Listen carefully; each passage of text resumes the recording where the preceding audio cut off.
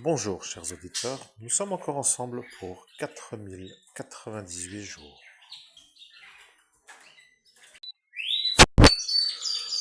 On leur dit d'épargner les prairies, toute verdure et tout arbre, et de s'en prendre seulement aux hommes qui ne porteraient pas sur le front le sceau de Dieu.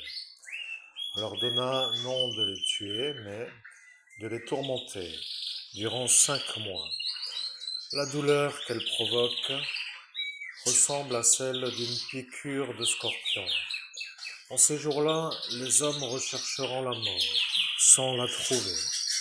Ils souhaiteront mourir et la mort les fuira.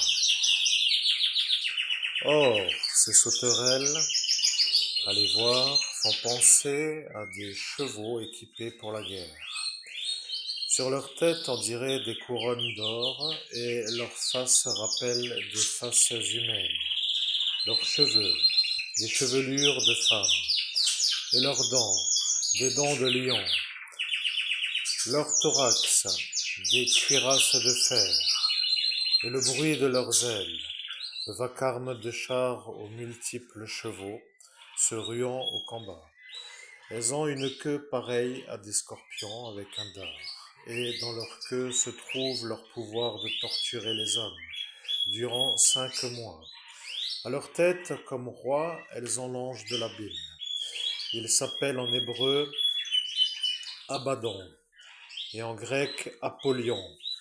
Le premier malheur a passé. Voici encore 2 malheurs qui suivent. La 6e trompette. Et le 6e ange sonna.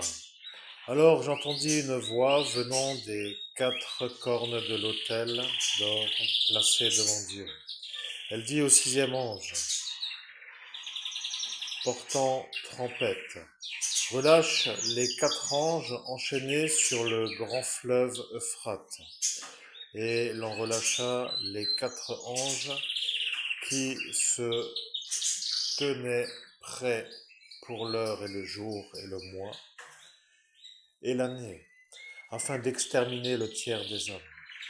Leur armée comptait 200 millions de cavaliers. On m'en précisa le nombre. Tels m'apparurent en vision les chevaux et leurs cavaliers. Ceux-ci portent des cuirasses de feu, d'hyacinthe et de soufre. Quant aux chevaux, leur tête est comme celle du lion et leur bouche crache feu et fumée et soufre. Alors le tiers des hommes fut exterminé par ces 3 fléaux, le feu, la fumée et le soufre, vomi de la bouche des chevaux. Car la puissance des chevaux réside en leur bouche. Elle réside aussi dans leur queue.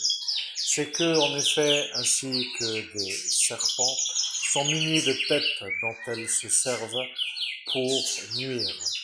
Or, les hommes échappés à l'hécatombe de ces fléaux ne renoncèrent même pas aux œuvres de leurs mains. Ils ne cessèrent d'adorer les démons, ces idoles d'or, d'argent, de bronze, de pierre et de bois, incapables de voir, d'entendre ou de marcher. Ils n'abandonnèrent ni leur meurtre, ni leur sorcellerie, ni leur débauche, ni leur rapine.